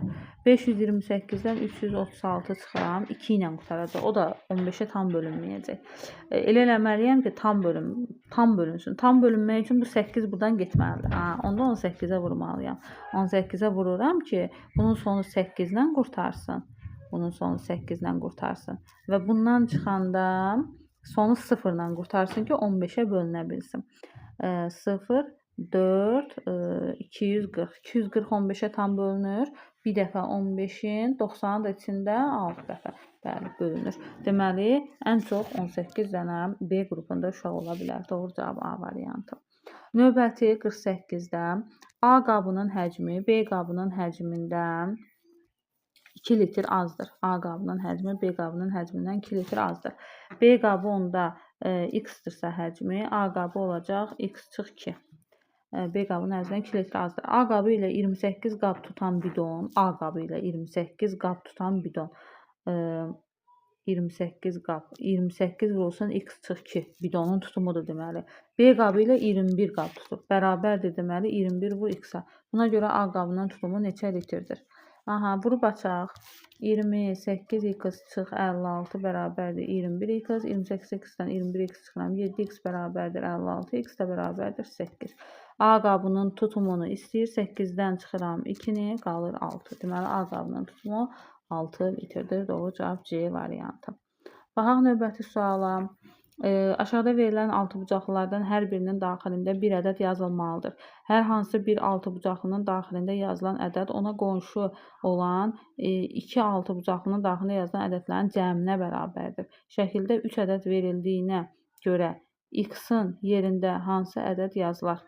Şəkildə 3 ədəd verildiyinə görə x-in. Deməli, hər birinin daxilində bir ədəd. Hər hansı bir altıbucaqlının daxilində yazılan ədəd ona qonşu olan iki altıbucaqlının daxilində yazılan ədədlərin cəmidir deməli.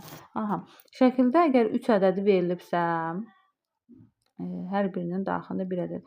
3 ədədi burada verilibsə, deməli 1 buradır, 2 buradır da. Bunların cəmi 3 eləyər də. Elə deyil. Sonra 1 bura, 3 bura olsa, 1 bununla bunun cəmi olmalıdır. 1 onunla onun cəmi mənfi ədədlər də ola bilər. Olar. Onda 1 bununla bunun cəmidirsə, 1 deməli, burada mənfi 2 olsa, mənfi 2 ilə 3-ün cəmi 1. Sonra gələk. 1 ilə neçənin cəmi mənfi 2-dir? Mənfi 3-ün cəmi. Sonra mənfi 3, deməli, mənfi 1 ilə mənfi 2-nin cəmi mənfi 3-dür. Sonra mənfi 1 ilə mənfi 2-nin cəmi mənfi 3-dür. Sonra mənfi 1 də mənfi 2 ilə yox, 2 ilə mənfi 3-ün cəmi mənfi 1-dir. Buranı doldurduq. Sonra indi keçək bu tərəfi yazaq. 2, 1 buradır, 1 buradır. Sonra yenə 1, 2 ilə neçənin cəmi 1 eləyir? 2 ilə mənfi 1-in cəmi 1 eləyir. Sonra 1 ilə neçənin cəmi mənfi 1 eləyir? Mənfi 2-nin cəmi. Sonra mənfi 1 ilə mənfi 1-in cəmi mənfi 2 eləyir. Məsələn, bunları doldurduq. İndi x-i tapmalıyam. X da 2 ilə mənfi 1-in cəmidir deməli. Bu da eləyir 1. Deməli, doğru cavabımız 1C variantı. 50-ci məsələdə deyir ki, şəkildə pillə sayları eyni olan iki fərqli pilləkən verilmişdir. Pillə sayları eynidir. Deməli, buradakı pillə sayı ilə buradakı pillə sayı eynidir. Bilmirəm də nə qədərdir. X-dir deyək pillə sayımız. Ömər bu pilləkənin pillələrini 3-3 çıxıb 2-2 enir. 3-3 çıxdı. Bax, pilləkəni buradan 3-3 çıxdı, gəldi çatdı. 2-2 də endi, gəldi sona çatdı. Sonra Kamil isə pillələri 2-2 çıxdı, 4-4 endi. Buranı 2-2 çıxdı. İkisi də buranı 2-2 eləyib də. Ömər buranı 2-2 düşübdü. Kamil də buranı 2-2 çıxıbdı. Bura eyni eləyiblər. Bir dənə Ömər buranı 3-3 çıxıbdı. Kamil buranı 4-4 enibdi. İkisi birlikdə cəmi 57 addım atdıqlarına görə hər iki pillənin birlikdə pillələrinin ümumi sayını göstərən ədədin rəqəmləri hasilini soruşur. Deməli, ikisi birlikdə cəmi 57 addım atıblar. Hər ikisi bu hissədə eyni sayda addım atıblar. Bax, bu hissədə hər ikisi eyni sayda addım atıblar. Hər ikisi. Deyək ki, hər ikisi burada x addım atıb. X Ömər atıb, x da deməli Kamil atıbdır. Bax, bu hissədə. Bu hissə eynidir. Bu hissəni gəldik, baxdıq. Bilmirəm də pilləkənin sayı nə qədərdir. Pilləkənin sayı, bayaq x götürmüşdüm. Deyək ki, y-dir pilləkənin sayı. Y-dirsə, Kamil 3 çıxmışdı da. Deməli, y böl 3 sayda addımı Ömər atıbdır. Bəs Kamil 4 enibdir. Kamil deməli y böl 4 sayda addım atıbdır bu hissədə. Aha, buranı da gəlin y-dən əvəz eləyək də. Y sayda pilləkən varsa, y böl 2 düşüblər. Y böl 2 bu atıbdır, y böl 2 bu atıbdır. İndi gəlin toplayaq. Y böl 3, üstə gəl y böl 4, üstə gəl y böl 2, üstə gəl y böl 2. Cəmi nə qədər? 57 addım. Gəlin buradan y-i tapaq. 12 ortaq məxrəc, 12 ortaq məxrəc, 4y, üstə gəl 3y, üstə gəl 6y, üstə gəl 6y bərabərdir 57-yə. Toplasaq 12, 19y böl 12 bərabərdir 57-yə. 57 ilə 19-u ixtisar edirəm. 3 burada qalır, y da bərabərdir. 3-ü 12-yə vuram, 36. Bizdən nə soruşur? Hər ikisindəkilərin cəmindən söhbət gedir də. Hər iki pilləkənin birlikdə pillələrinin ümumi sayı. Y nə idi? Pillələrin sayı 36 dənə burada pillə var, 36 dənə burada pillə var. Elə bil ki 36 dənə, yəni göstərim, bu tərəfdə pillə var, 36 dənə bu tərəfdə pillə var. Toplayıram. Eləyir 12, 72. Bunun hasilini istəyir, rəqəmləri hasilini. 7 vur 2, deməli 14 olur bizim pillələrin sayının rəqəmləri hasili. Doğru cavab B variantı. Baxaq növbəti məsələyə.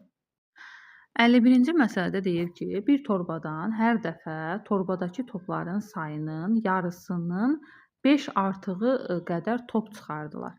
Bir torbadan, bu bizim torbamızdır. Hər dəfə torbadakı topların sayının, bilmirəm torbada nə qədər top var, x qədər top var. Bunun sayının yarısını, yəni x-in yarısının 5 artığı qədər, plus 5, bu qədər top çıxarılır. Hər dəfə torbadakı topların sayının yarısının, hər dəfə, elə bil ki, biraz çıxartdıq, torbadakı top azaldı axı, yenə onun yarısının 5 artığı qədər. Bu işi 2 dəfə etdikdən sonra torbada top qalmır. Bu işi 2 dəfə etdikdən sonra. Başlanğıcdakı topların sayını, belə deyək. Bax, torbada x top var.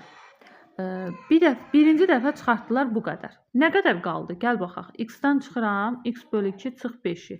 Niyə çıx yazdım? Çünki bunu mötərizədə yazanda üstəgəl olur. Mötərizəni açanda çıxa çevrilir. Ona görə çıx yazdım. Görüm torbada nə qədər top qaldı. X bölü 2 çıx 5 qədər top qaldı. Yenə ikinci dəfə bunun yarısının 5 artığı qədər top çıxardıblar. 2 ortaq məxrəc, x bölü 2 çıx 5 plus 10. Bu nə eləyir? X bölü 2 plus 5 bölü 2. Bunu da bölsək ayrı-ayrı. X bölü 4 plus 2,5. Ayrı-ayrı böldüm də, bunu ayrı böldüm, bunu ayrı böldüm. Deməli, bu da ikinci dəfə çıxarılan topdur. Torbada top qalmır deməli. Deməli, bunların cəmi 2 dəfə çıxartdığım bununla bunun cəmi bizə verəcək x-i. Görək x nə qədərdir? X böl 2-nin üstünə x böl 4 qoyuram. 4-də 3x plus 7,5 bərabərdir x-ə. X-dan 4-də 3x-i çıxanda 4-də 1x bərabərdir 7,5-ə. X də bərabərdir 7,5-i vururam 4-ə. 22 yadda.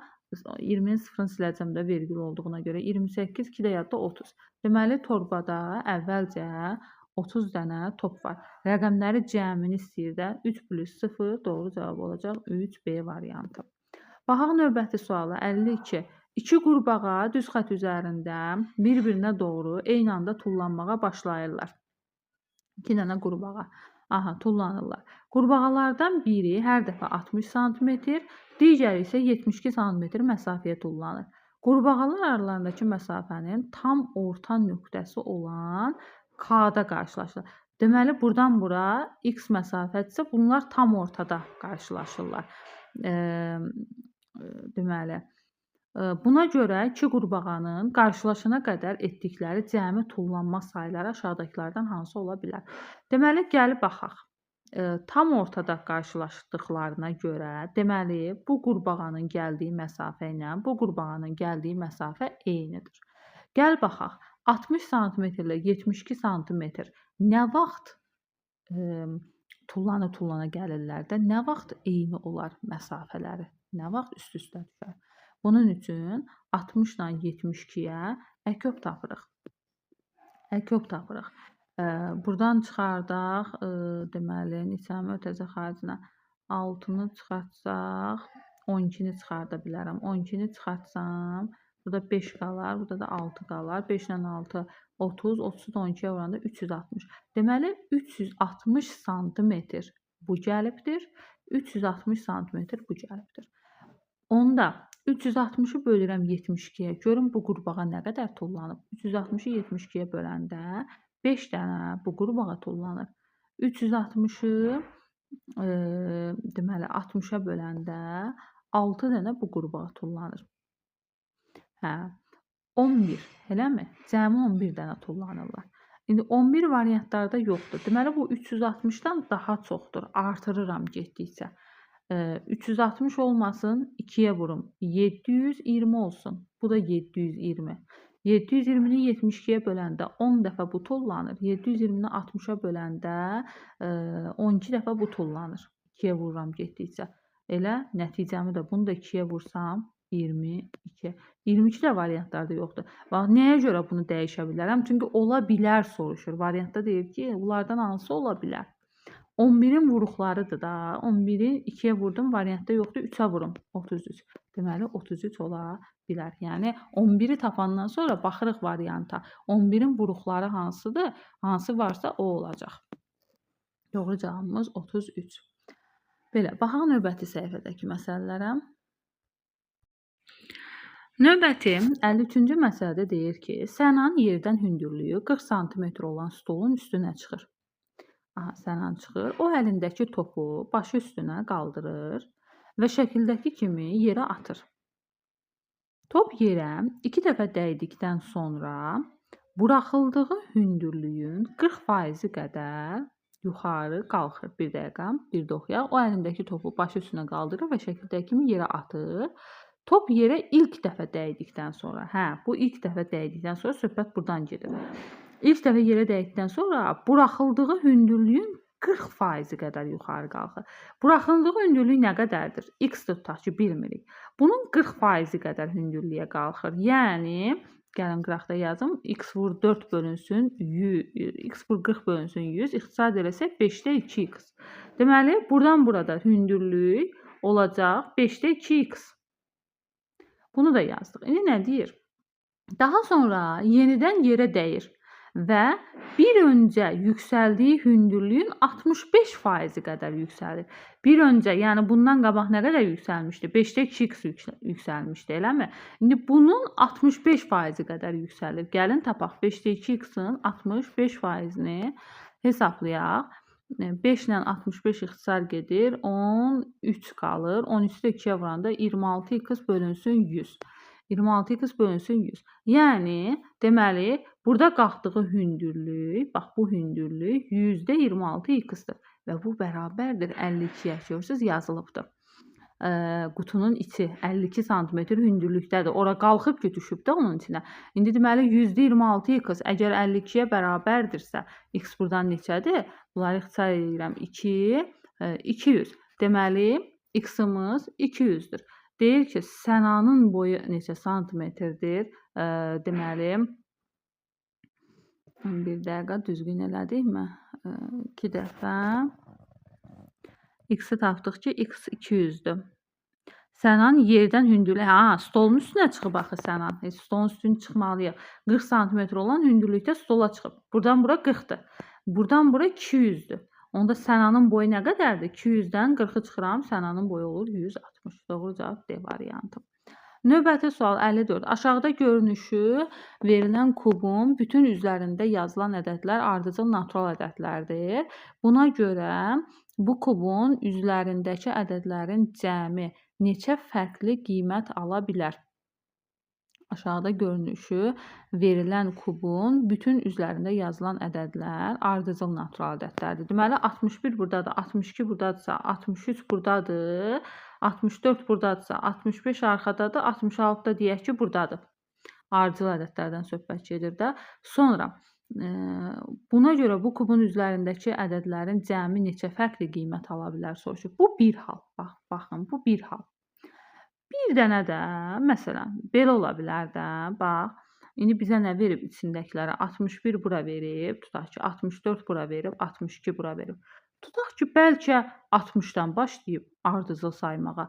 60, 61, 62, 63 bura, 64 bura, 65. Bu da bir hal ola bilər də. Ardıcıl ədədlərdir demir. Bu da ardıcıldır da. Yəni bu halda ola bilər.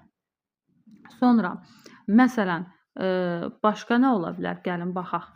Başqa tutaq ki, 61 buradır, 64 buradır, 62 bura veribsə, tutaq ki, 64, 63 mütləq olmalıdır. 64, 63, 62, 61.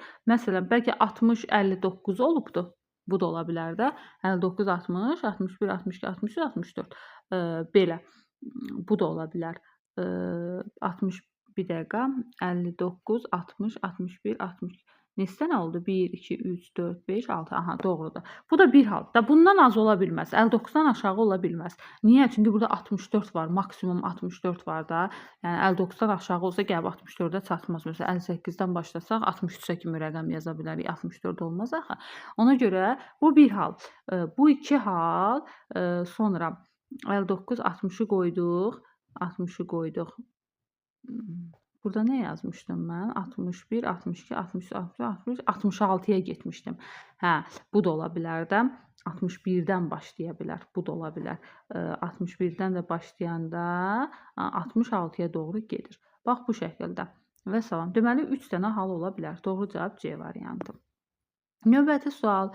Bir tərəzi üzərində qoyulan cismin kütləsindən asılı olmadan bunların cəmlərini soruşurdu. Bir dənə baxın. Ədədlərin cəmi neçə fərqli qiymət ala bilər? Cəmləsək fərqli olacaq da, təbii ki, elə. Cəmləsək fərqli olar? Yox. Bir dənə yoxlayaq cəmləməyi. Birdən buradan azaldıb oradan artırıram, eyni qiymət olar. 62, 63, 64, 65, 66. Bir dənə bunların hamısını toplayaq. Birdən eyni olar. 1-in üstünə 2 gəldi 3, üstünə 3, 6, üstünə 4, 10, 15, 21, 2 yaddan. 1, 2, 3, 4, 5, 6 dənə 36, 381 bu cəm eləyir. O birisi cəmə baxaq. O birisi də 60-dan başlayır. 60, 61, 62, 63, 64, 65-dir. İndi bunu yoxlasaq eyni olacaq. Çünki buradan artırıb buradan azaltmışam da. Bir dəqiqə baxım. 1, 2, 3, 6, 10, 15. Hə, yox, fərqlidir. 1, 2, 3, 4, 5, 6. Bu da 36. Fərqlidir. O birisi də fərqli olacaq onda. 59-dan başlayırsa 3 dənə 60-ın 5 dənə 60-ın 300, 359, 60, 362, 65, 64, 369. Hə, fərqlidir. Məsələn, 3 dənə hal var deməli. Baxaq 55-ə. Bir tərəzi üzərində qoyulan cismin kütləsindən asılı olmadan həmişə eyni və sabit miqdarda xətalı ölçü baş verir. Deyir ki, bir tərəzi üzərində qoyulan cismin kütləsindən asılı olmadan həmişə eyni. Yəni nə qoyursan qoy, məsələn 5 kiloluq da nəsə cisim qoysan, 10 kiloluq da cisim qoysan, bu tərəzi həmişə məsələn 1 kilo xəta verir. 5 kilo qoyursansa 6 kilo çəkir, 10 kilo qoyursansa 11 kilo çəkir. Yəni deyək də, yəni həmişə eyni miqdarda xətalı ölçü verir. Bu tərəzi A cismi çəkiləndə 11 qram, bax A cismi çəkiləndə 11 qram göstəribdir. B cismi çəkiləndə 19 qram göstəribdir üstündə.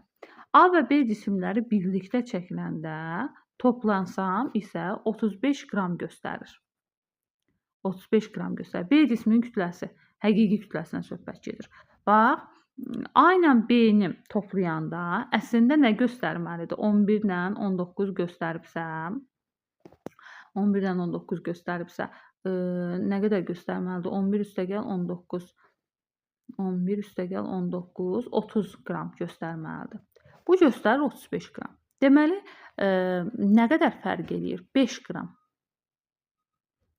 A və B cismi, yox, elə baxmayaq da. Deyək ki, x qram xəta verir. Bax, belə baxaq. Deyək ki, x qram xəta verir.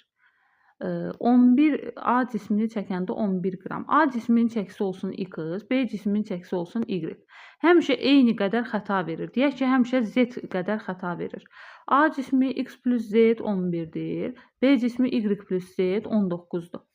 A ilə B cismini bir yerə qoyanda isə, A ilə B cismini bir yerə qoyanda x plus y plus bir dənə z. Bax, görürsən, eyni qədər. Bir dənə z yazdım da, 2 dənə z yazmadım. Çünki eyni qədər xəta verir. Üstünə nə qoyursan qoy. Bu da 35 qramdır.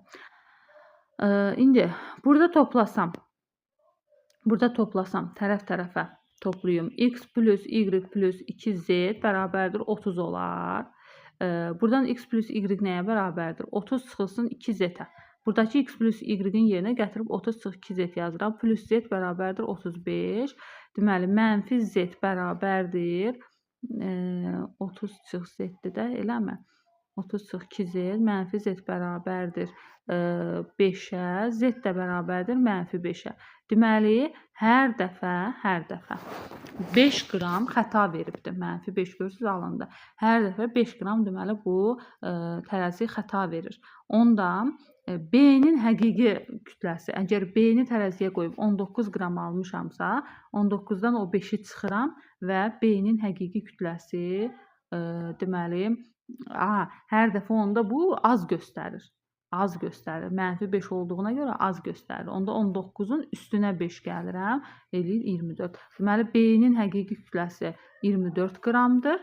Bizdən B-ni istəyir. Ona görə də D bəndidir doğru cavab. A-nı istəsəydi 11-in üstünə 5 gələsiydi 16 qramdır A-nın həqiqi kütləsi.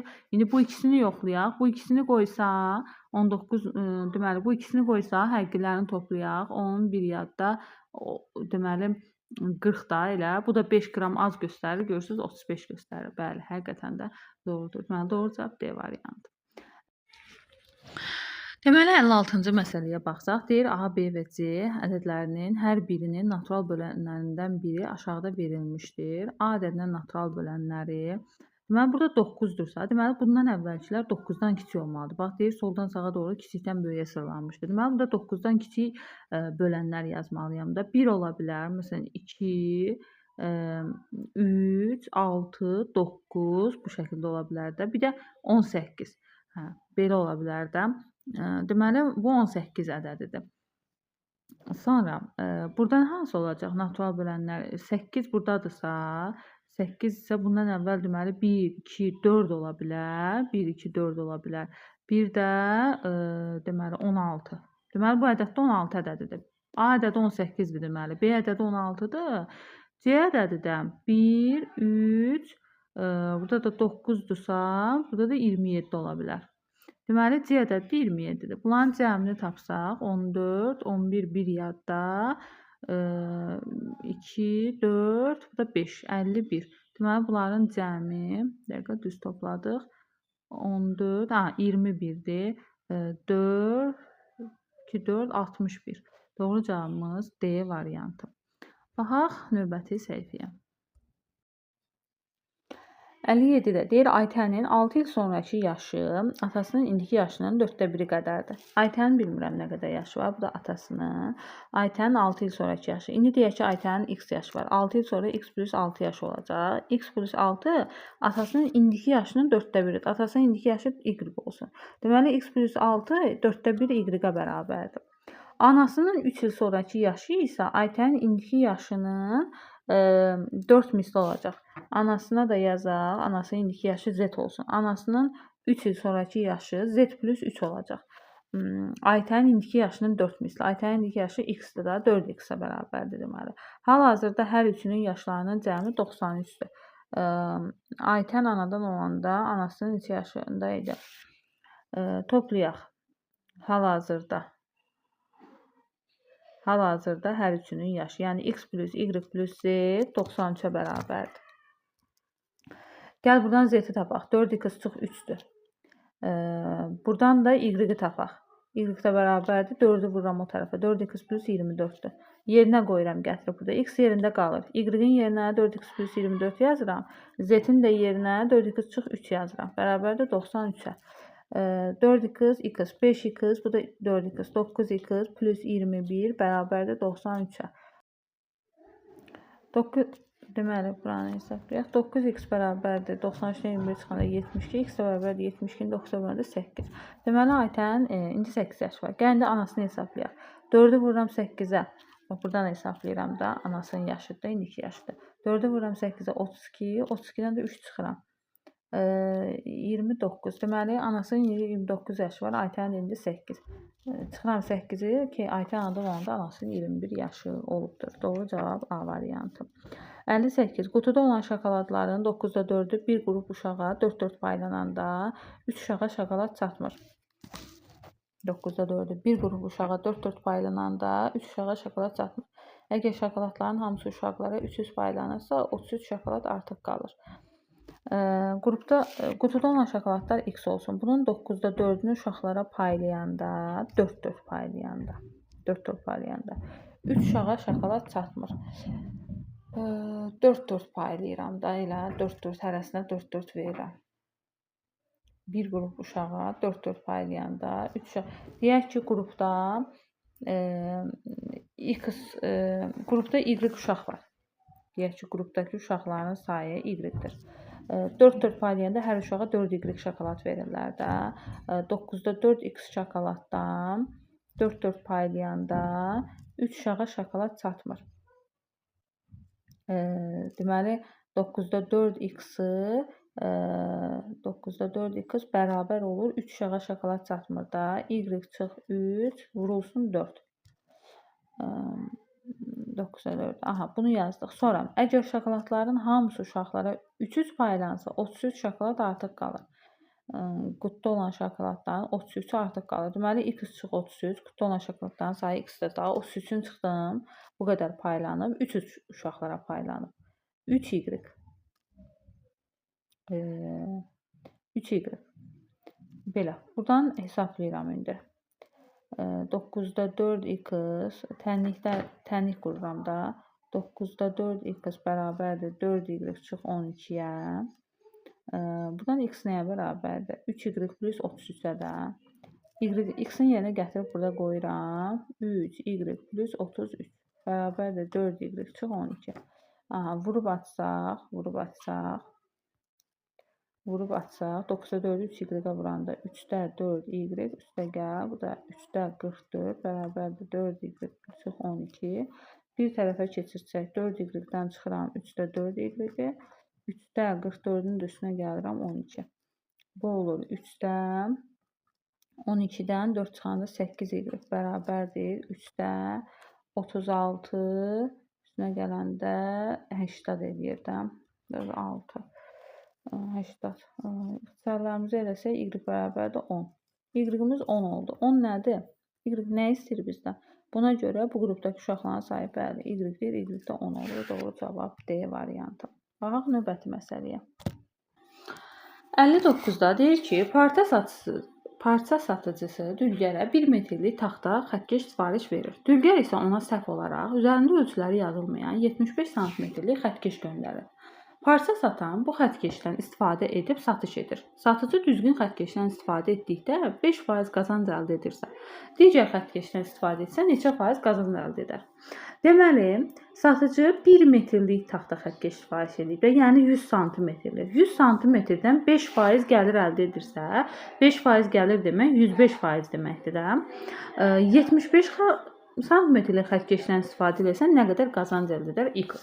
Deməli, burada tərs mütənasib asılılıq götürüləcək. Nəyə görə? Çünki xəttkeşin uzunluğu artdıqca buradan elə bil ki, daha çox parça satmış olur da bu qiyməti. Amma xəttkeşin uzunluğu kiçilsə, daha az parçanı eyni qiymətə satmış olur. Yəni, gəliri daha çox olur. Buna görə də qarşı-qarşıya vururuq. 75'i vururuq x-ə bərabərdir 100'ü vururuq 105'ə. X də bərabərdir deməli 40'a bərabər 140'a bərabər olur 140%. Burada da nə qədər qazanc əldə edər deyir. Buna görə 140'dan çıxırıq 100'ü olur 40%. Doğru cavab B variantı. Baxaq 60'a. Növbəti 60-cı məsələdə deyir ki, tərlanın kub formasında iki fərqli ölçüdə oyuncaq blokları var. Bu blokların tilləri 132 mm və 156 mm-dir. Kubların tilləri. Tərlan bu blokları düz bir yerə şəkildəki kimi üst-üstə yığır. Tərlan bu bloklardan ən az neçəsini ölçülərinə uyğun olaraq şəkildəki blokların üstünə yığsa, blokların sütun şəklində yerdən etibarən ümumi hündürlükləri eyni olar. Deməli, baxaq. Burada 156 mm-dir. Burada 132 mm-dir. Elə. İndi bloklardan ən az neçəsini ölçülərinə uyğun olaraq şəkildəki kimi. Gəlin baxaq. 156 ilə 132-yə əköb tapırıq ki, görək bunlar neçə millimetr olsa, həm 156-ya bölünər, həm 132-yə bölünər. Yəni eyni sayda nə vaxt bunların hündürlükləri eyni olar? Yəni hündürlüklərinə baxırıq. 132 ilə 156-ya əköb tapırıq. 2 dəfə deməli 66, 2 dəfə 33, 3 dəfə 11, 11, 1. 156-nı ayırsaq 2 dəfə 78, 2 dəfə 39, 3 dəfə 13, 13, 1. İndi 156-nı deməli vururuq. Nə yoxdur 156-nın içində? Bir dənə 11 yoxdur. 11-ə vururuq. 156-nı 11-ə vuranda 6, 5, 1, 6, 5, 1, 6, 11, 1 yadda 6, 1 də yadda 7, 1. Deməli 1716. 1716 mm olsa, bunların hündürlükləri ikisi də eyni olar. Bəs 1716-dan 156 mm-dən neçə dənə kub blok eləyir? 1716-nı bölürük 156-ya. Görək neçə dənə düşür? 11 dənə bundan lazımdır. 156-lıq olandan 1716-nı bölürük 132-yə. Bundan neçə dənə lazımdır? 132-yə böləndə 13 dənə də bundan lazımdır. Düzdür? Bir dəqiqə. İndi deməli 24 dənə cəmi blok qoymalıdır.